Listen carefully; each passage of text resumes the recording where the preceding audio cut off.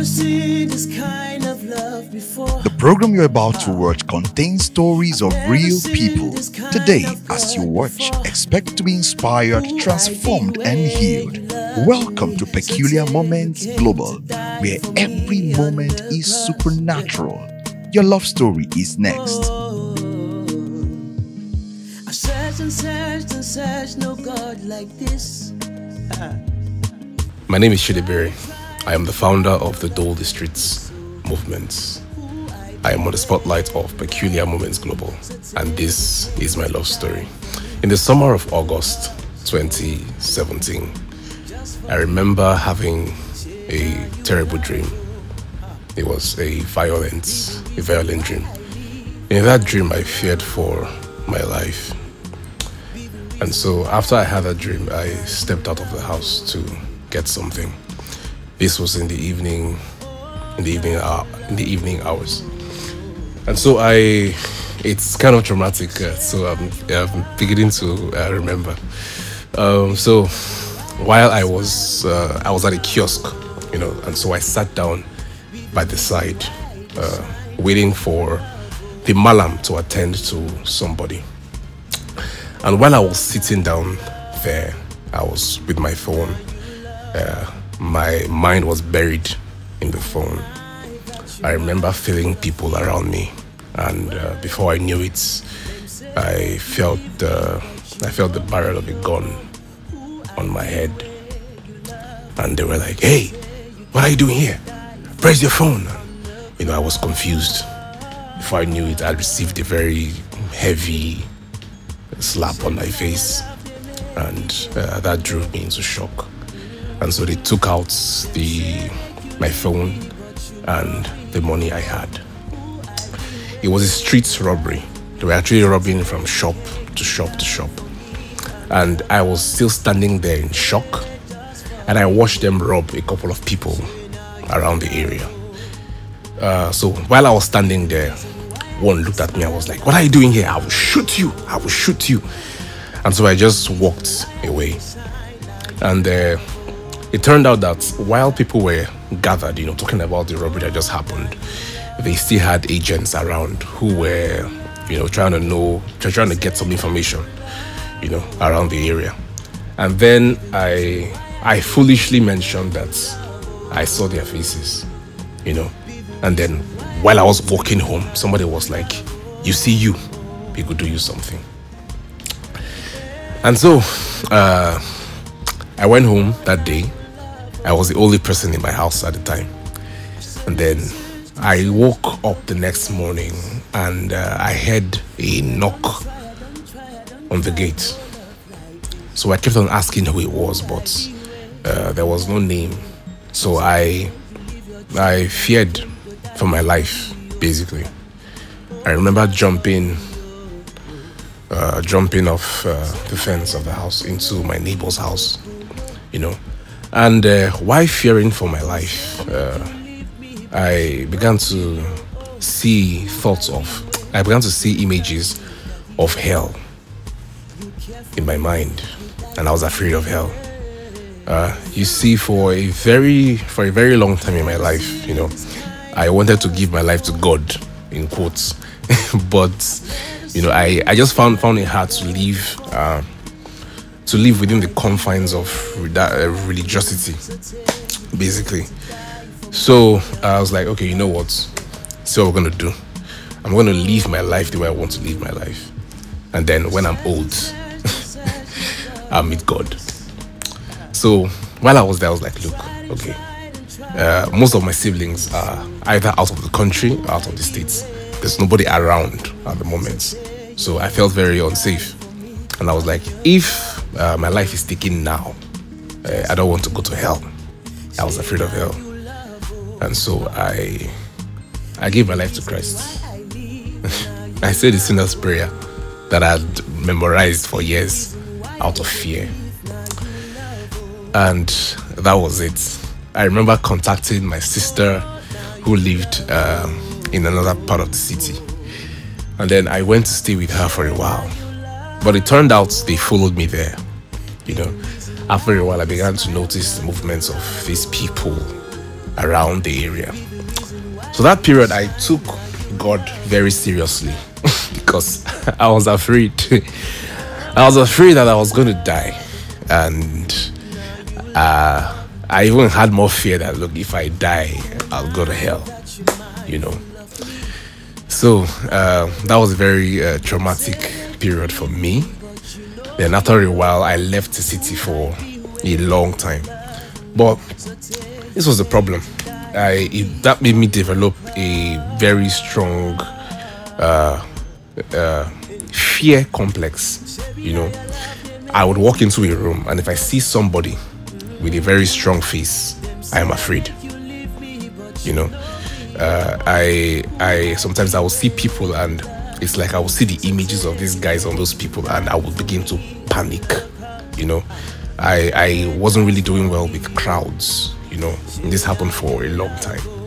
I remember when I came back into the city of Port Harcourt after about 6 months, and I remember fear gripped me.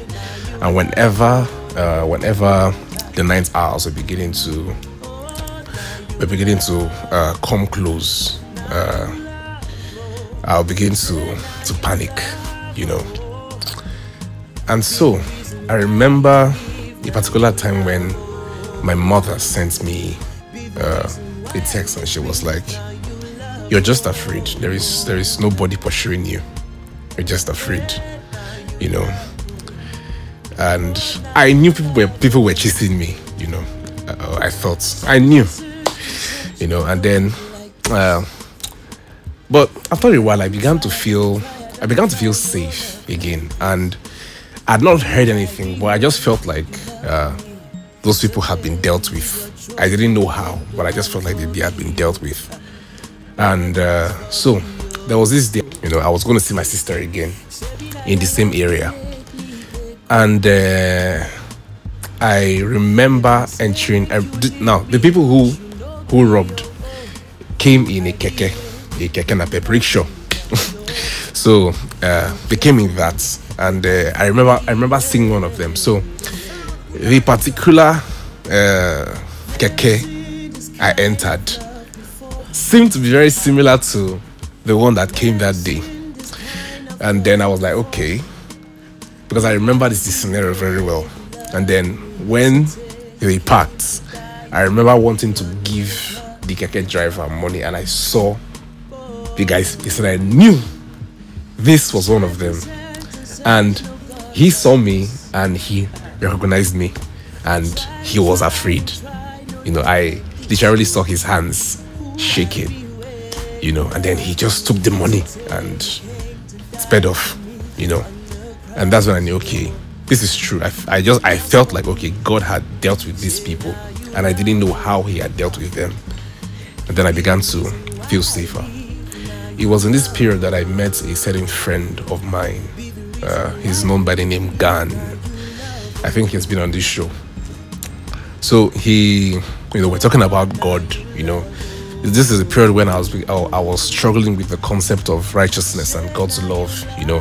So I had questions. I had a lot of questions concerning God, you know.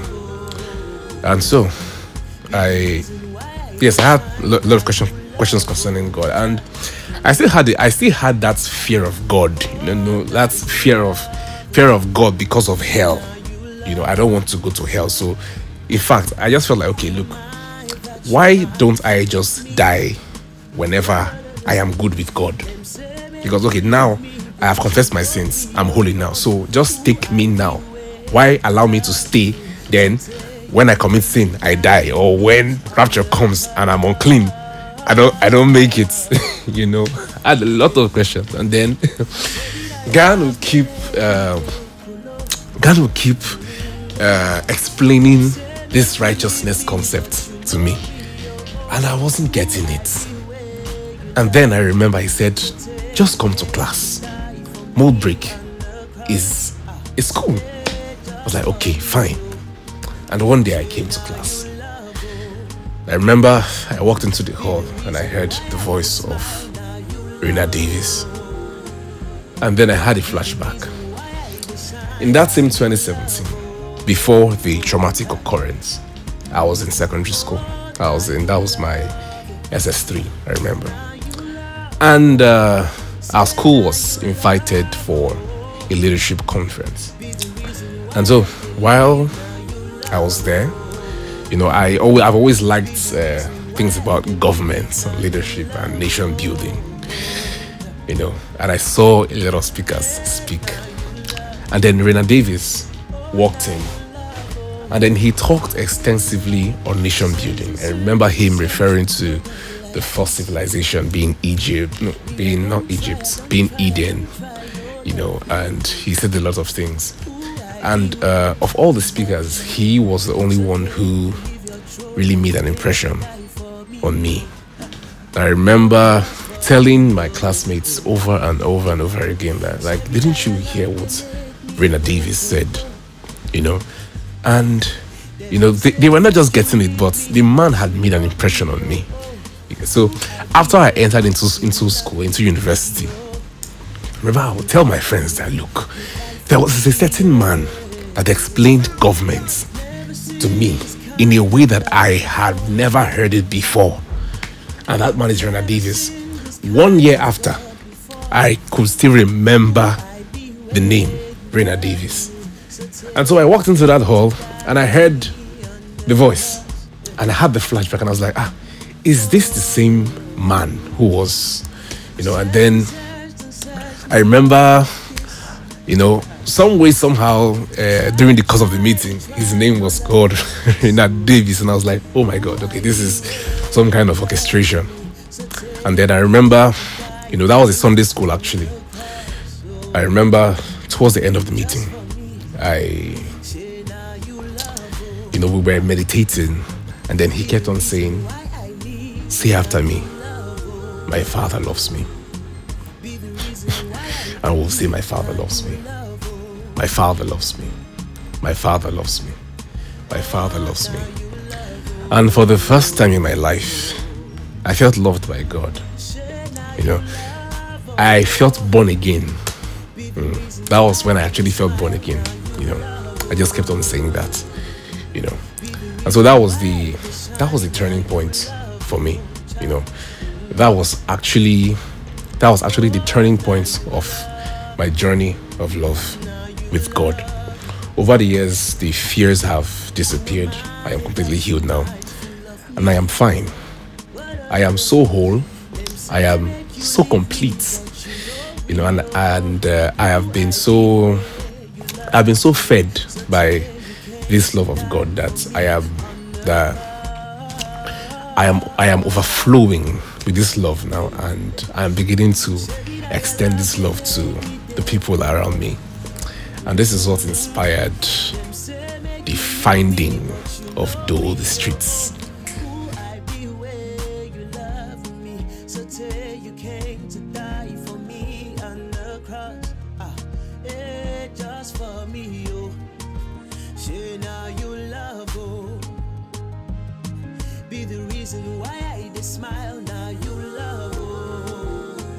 Welcome back. I founded Dole Streets in 2021. And the thing is, all over the city of Port Harcourt, in certain junctions and there are places where you get to and then you find a lot of people begging, And then there's something I have noticed around these people. It's a feeling of gloom and abandonment, and it's something I know that God can heal, And so one day it came to me that, look, why can't we just take food out, give to these people and just tell them that God loves them, and that's actually the story of the old streets. So in 2021, I pulled a team together and we went out to feed people on the streets, and it was an amazing experience. Some of them had never heard the gospel the way they heard it. They received food and drinks. These are people that where, you know, these are people that they beg, you know, they will come. Sometimes the children will come, they will hug you. And, you know, people find it irritating, you know, and these kids are used to being rejected, you know. But I could see that, okay, I could see that they were feeling very loved. And this is something that doesn't really happen. They don't have the luxury to feel loved, you know, like that. I could tell some were very shy at first. Some were suspicious, you know, like they were like, when did normal people, in quotes, start, you know, hugging them and carrying them and stuff like that, you know. And we'll just come, we'll give them food and tell them, look, God loves you. There was a particular moment that struck a chord in me, you know, that really made me understand the work I was doing, you know. Remember, we were crossing the road. That was at Rumokoro Junction, Port Harcourt. Crossing the road, and there was a woman sleeping, you know, very deep in sleep by the roadside. And then we woke her up, and as soon as we woke her up, she saw me and my partner Cherish, and she was afraid. She was like, what's all this? And then we gave her a pack of food. As she saw the pack of food, she grabbed it immediately. And I laughed and I asked her, what's your name? And she said, my name is Favor. And I said, Favor, your sins are forgiven. God loves you. And immediately she beamed. I could see the smile on her face. And I told her, look, it doesn't matter what you're going through, doesn't matter that you're sleeping on the road. He loves you and he has sent us to you, you know. And after a while, I think she was in tears, you know. And that was just an amazing moment for me, you know. And then we had fun with these people, and we said we were going to come again. And this year, we're actually going back into the streets. Do you remember how it felt when you found yourself in a deep mess? When all hope was lost and all doors seemed shut? When friends were few and tears replaced laughter? When the money was out and luck lingered? When sickness ravaged your body and you envied those who could sleep? When your words were few and all you could do was stare? When fear ravaged your heart and depression ate deep into your soul? Did you ever make it through? Did God turn it around for good? Let someone experience love, hope, joy, impetus for action, help through your story. Be loud about your victory and be someone's light today. I searched and searched and searched, no God like this.